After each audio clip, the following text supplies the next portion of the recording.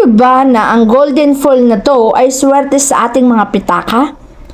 Dahil ang 2024 ay Year of the Wood Dragon. At kung mapapansin mo sa ating golden foil, meron siyang dragon. Kapag ito inilagay mo sa iyong pitaka mo, magmamanifest ito ng maraming kaperahan sa taong 2024. Bukod sa meron siyang dragon, ang kulay niya ay maswerte. Makikita niyo naman ang kulay red.